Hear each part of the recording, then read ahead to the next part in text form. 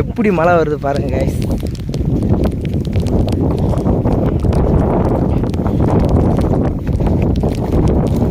இவன் ஒருத்தனா கைஸ். எங்கள் ஊரில் பார்த்தீங்கன்னா இப்போது காற்றும் மழையும் ஸ்டார்ட் ஆகிடுச்சு. அப்படியே காட்டுக்குள்ளே சும்மா வந்தோம். பார்த்தா மலையில் மாட்டிக்கிறோம் கைஸ். எப்படி நாங்கள் வீட்டுக்கு போகிறதுக்குலாம் நினைஞ்சிரோன்னு நினைக்கிறேன். எப்படி வருதுங்க பாருங்க.